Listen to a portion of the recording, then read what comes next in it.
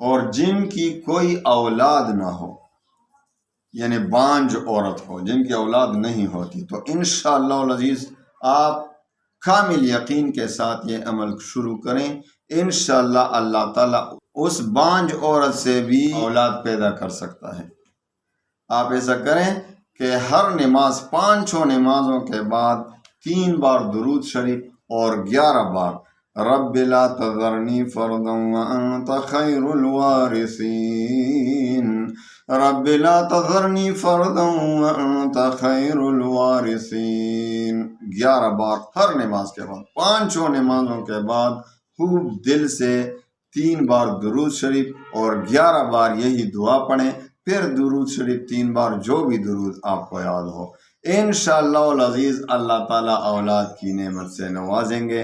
اللہ تعالیٰ ہر چیز پر قادر ہے، چاہے وہ عورت بانجھ ہو، چاہے عورت اولاد پیدا کرنے کی قابل ہو یا نہ ہو، اللہ تعالیٰ انشاءاللہ اس کو نیک اور صالح اولاد عطا فرمائے گا اس دعا کی برکت سے۔ اللہ تعالیٰ تمام مسلمانوں کو نیک صالح اولاد عطا فرمائے۔ وآخر دعوانا ان الحمد للہ۔